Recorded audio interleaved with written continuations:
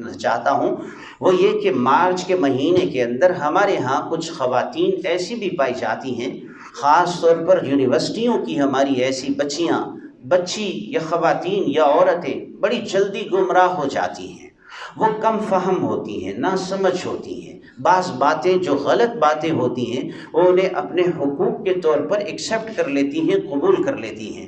تو مارچ کے مہینے کے اندر ان کی طرف سے اس بات کا شور پایا جا رہا ہے کہ ہمیں کسی طریقے سے آزادی ملنی چاہیے، اور ہم اپنے حقوق کے لیے مختلف قسم کے نعروں کے ساتھ وہ مارچ کرنے کی تیاری کر رہے ہیں، اور مختلف پرے کارڈ اٹھائے ہوئے ہیں اور سوچ رہی ہیں اور کہہ رہی ہیں کہ یہ ہمارے نعرے ہیں۔ اس میں تو بعض ایسے نعرے درج ہیں جو زیب نہیں دیتا کہ ہم زبان کے اوپر لائیں ان نعروں کو۔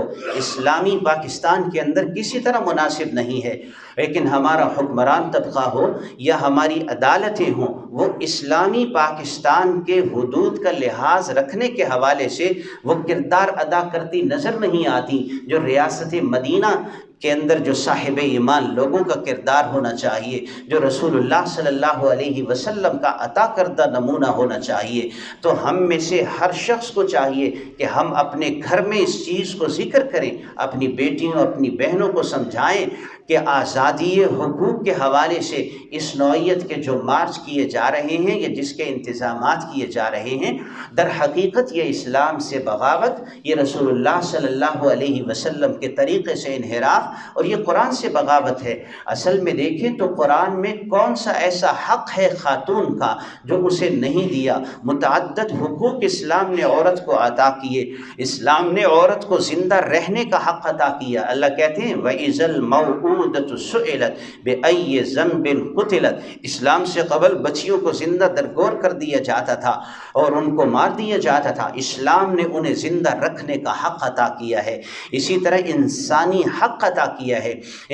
اسلام سے قبل عورت کو غلام اور بادی تصور کیا جاتا تھا اور اس کو ایک استعمال کی چیز قرار دیا جاتا تھا، جبکہ اسلام نے اس کے متعلق یہ فرمایا خلقکم من نفس واحدہ، مرد ہو یا عورت دونوں ایک ہی انسان سے آگے پھیلنے والی نسب کے دو اہم عنصر ہیں، لہٰذا اس وجہ سے عورت کو کمتر نہ سمجھا جائے کہ عورت کوئی استعمال کی چیز ہے یا کوئی کموڈٹی ہے یا کوئی غلامی یا کوئی باندی کے مانند کوئی ایک چیز ہے، بلکہ یہ ایک انسانی نسل کا وہ عنصر ہے کہ اس کے بغیر نسل انسانی کی تکمیل نہیں ہو سکتی، اور آدم کی ذریت اور نسب آگے نہیں چل سکتا۔ تو اسلام نے اسے انسانی حق بھی دیا، اسلام نے اسے تعلیم کا حق بھی دیا، چنانچہ اسلام نے عورت کو پڑھانے لکھانے سکھانے ادب دینے کے متعلق ترغیب دی۔ خود رسول اللہ صلی اللہ علیہ وسلم کی احادیث میں موجود ہے، رسول اللہ صلی اللہ علیہ وسلم نے فرمایا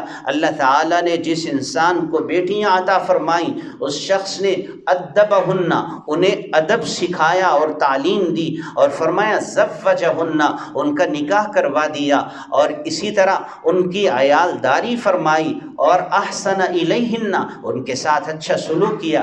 فرمایا یہ شخص جنت میں جائے گا اپنی بچیوں کی تربیت کی وجہ سے اور ان کی عیالداری رکھنے کی وجہ سے۔ اسی لیے اسلام کی تاریخ میں بڑی بڑی معلمات پائی جاتی ہیں۔ حضرت عائشہ رضی اللہ تعالی عنہا کا خیمہ حج میں مینا میں لگا کرتا تھا، بہت بڑا خیمہ، خیمے کے اندر سیدہ عائشہ ہوا کرتی تھیں، اور خیمے سے باہر صحابہ کی جماعتیں ان سے احادیث سیکھا کرتی تھیں اور ان سے علم حاصل کیا کرتی تھیں۔ تفصیل کا موقع نہیں ہے۔ حضرت ام سلمہ بہت بڑی معلمہ تھی، تو اسلام نے تعلیم کا حق بھی عورتوں کو عطا فرمایا ہے، اسلام نے معاشی حقوق بھی عورتوں کو عطا فرمائے ہیں۔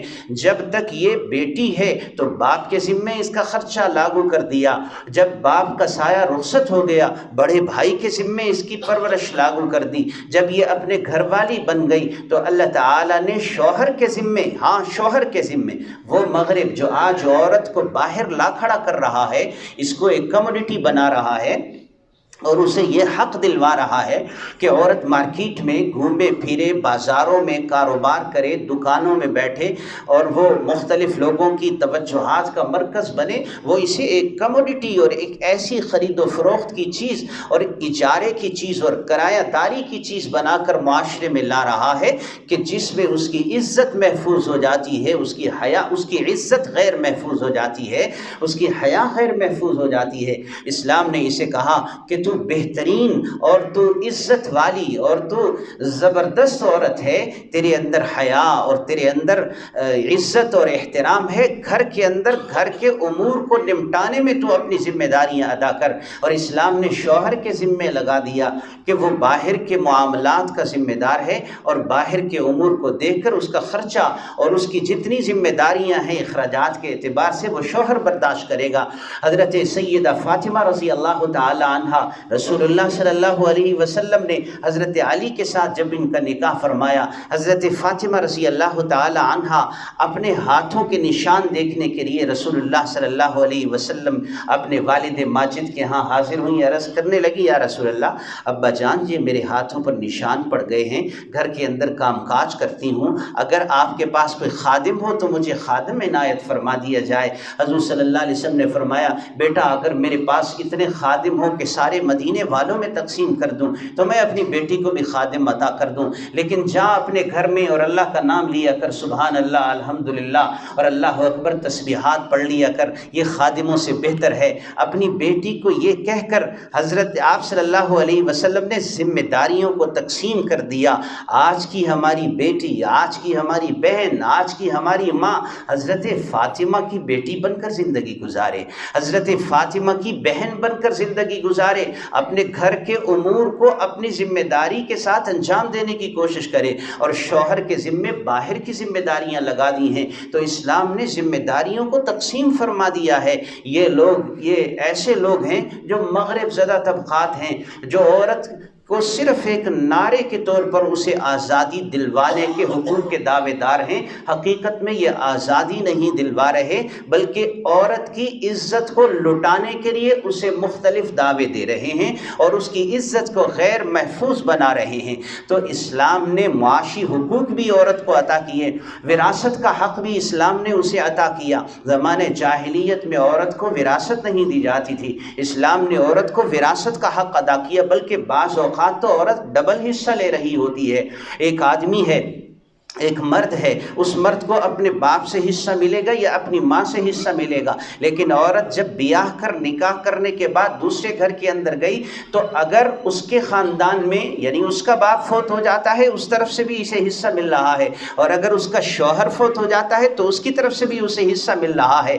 تو کون سا ایسا دین ہے لاؤ کہ جس نے اسلام کے مانند عورتوں کو حقوق دلائے ہوں؟ اسی طرح حسن معاشرت کے حق اعتبار سے بھی اسلام نے عورت کو حقوق عطا فرمائے، اور آزادی اظہار رائے کا بھی اسلام نے اسے حق دیا۔ فاروق اعظم رضی اللہ تعالیٰ عنہ خطبہ ارشاد فرما رہے ہیں، ایک خطبے میں یہ بات فرما رہے ہیں کہ زیادہ حق مہر نہ رکھا کرو، حق مہر اتنے رکھا کرو جتنے تمہاری استطاعت میں ہو اور جو ادا کر سکو۔ ایک خاتون قریب سے گزری اور کہنے لگی، مجھے آپ کی بات پر سوال ہے۔ کہنے لگے، کیا سوال ہے؟ عرض کرنے لگی، سوال یہ ہے کہ آپ نے یہ کہا ہے کہ عورتوں کے حق مہر زیادہ نہ رکھا کرو۔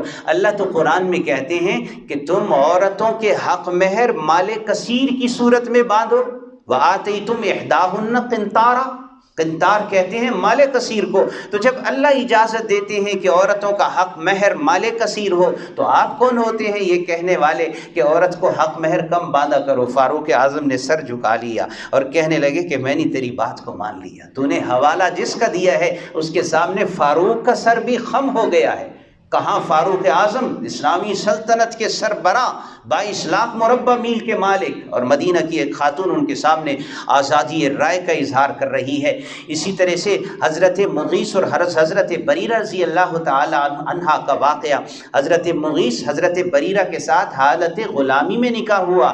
حضرت مغیث اور حضرت بریرہ کا، بریرہ کو جب آزادی مل گئی تو حضرت بریرہ کے شوہر مغیث روتے ہوئے آپ صلی اللہ علیہ وسلم کے پاس آ کر عرض کرنے لگے کہ یا رسول اللہ، بریرہ کو کہہ دے، کیونکہ جب عورت آزاد ہو جائے تو اسے حق ملتا ہے کہ وہ اپنے شوہر کے پاس رہنا چاہے تو ٹھیک ہے، نہ رہنا چاہے تو نکاح ختم ہو سکتا ہے۔ تو حضرت مغیث رونے لگے کہ یا رسول اللہ بریرہ کو کہہ دے میرے پاس ہی رہے۔ آپ صلی اللہ علیہ وسلم نے فرمایا بریرہ دیکھو یہ مغیث تمہاری خاطر رو رہا ہے، تم اس کے نکاح سے باہر نہ نکلو۔ عرض کیا یا رسول اللہ آپ حکم دے رہے ہیں کہ مشورہ دے رہے ہیں؟ فرمایا مشورہ دے رہا ہوں۔ عرض کیا یا رسول اللہ پھر مجھے ماننے کا اختیار ہے، نہ مانوں تب بھی؟ فرمایا بالکل اختیار ہے، یہ حکم نہیں ہے میرا۔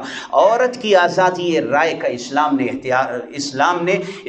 نے اس کو حقوق عطا فرمائے ہیں، اختیار عطا کیا ہے۔ تو یہ ساری باتیں وہ باتیں ہیں جو اسلام نے عطا کر دی ہیں۔ اب یہ کون سے حق کا مطالبہ کر رہی ہیں؟ کیا وراثت کا مطالبہ کر رہی ہیں، جائیداد کا مطالبہ کر رہی ہیں، کھانے پینے کے حق کا مطالبہ کر رہی ہیں؟ ہاں ایک مطالبہ نظر آتا ہے کہ اسلام نے جو ایک نظام دیا تھا، میاں بیوی کا مقدس رشتہ، باپ بیٹی کا مقدس رشتہ، ماں بیٹی کا مقدس رشتہ، یہود اور مغرب یہ چاہتا ہے کہ مسلمان کے اندر سے اس خاندانی نظام کو ختم کر دے۔ اس کے لیے ان لوگوں کو فنڈ کر رہا ہے کہ کسی طرح سے ان رشتوں کو ختم کر کے اسے فحاشی اور بے حیائی کی طرف لائے۔ میرے دوستو اللہ نے کہا ہے کہ میں نے تو اسے اپنی نشانی بنایا ہے، لِتَسْكُنُوا إِلَيْهَا، تاکہ تمہاری زندگی پر سکون گزرے، اور آج یہ خواتین اسے بے سکونی کی طرف لے کے جا رہی ہیں۔ دعا ہے اللہ ان ناسمجھ خواتین کو ہدایت نصیب فرمائے، اپنی بیٹیوں کو، اپنی بہنوں کو، اپنے گھر والیوں کو یہ بات سمجھائیں کہ یہ غلط نعرے ہیں، ان کے پیچھے کوئی حقیقت نہیں ہے۔ اور اللہ کرے یہاں پر بھی آپ کے ہاں انتظام ہو جائے، جو بچیاں کا وہ ایک شاعر کا شعر ہے نا، یوں قتل سے بچوں کے وہ بدنام نہ ہوتا، افسوس کے فرعون کو کالج کی نہ سوجھی۔ تو کالج میں جو بچیاں ہماری بیچاری پڑھنے جاتی ہیں، دین کی تعلیم، ایمان کی تعلیم نہیں ہوتی، وہاں سے جا کر ان لوگوں کے نرغے میں آ جاتی ہیں، پھر آگے فحاشی کی طرف وہ شروع ہو جاتی ہیں۔ تو ان کا مسلسل خیال رکھیں اور ایسے ادارے قائم کریں بچیوں کے، اپنے علاقے کی سطح پر، دیگر مقامات پر جہاں ان کے ایمان کا تحفظ ہو۔ وآخر دعوانا الحمدللہ۔